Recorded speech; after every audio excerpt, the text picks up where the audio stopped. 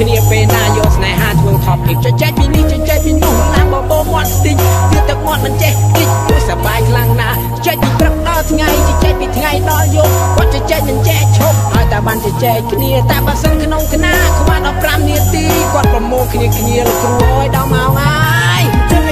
យកមិនទាស់អីទេឲ្យតែពេលទំនេរចេះមិនសភៅខ្លះអាណិតម៉ែអាណិតឪគាត់នៅចាំនៅផ្ទះគាត់ចំណាយច្រើនណាស់ចង់ឲ្យកូនបានល្អ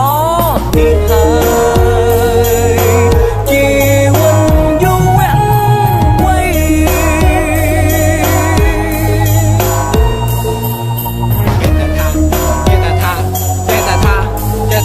ថាទៅចិត្តថា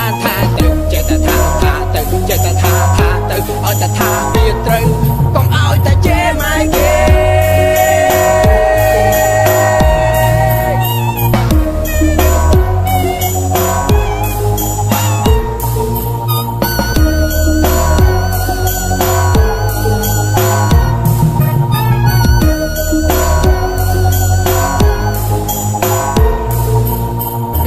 ជួបខ្ញុំអ្នកក៏សួរខ្ញុំថានៅក្នុងវ័យសិក្សាគូមានស្នេហាឬក៏អត់ខ្ញុំក៏តបទៅវិញវាពិបាកសន្មត់បើគេជួបគូគាត់ឆ្លើយថាអត់ដូចមិនកើតគ្រាន់តែថាអ្នកខ្លះយកស្នេហ៍មកប្រឡែងចង់សម្លាប់ជីវិតឯងធ្វើឲ្យខ្លួនគ្មានកំណើតគេបោះបង់យើងមកពីយើងវាមិនកើតមិនធ្វើខ្លួនឲ្យឆាប់យកសពដាក់ខ្លួនអ្នកខ្លះមិនអីទេពេលដែលមានគូស្នេហ៍ចេះបែងចែកពេលវេលាឲ្យដៃពីស្នេហាគ្រាន់តែថាប្រុស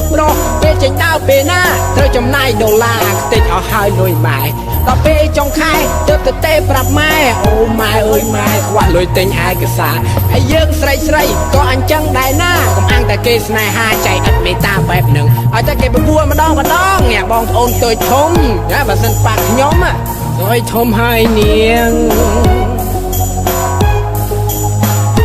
តូចធំហើយនាង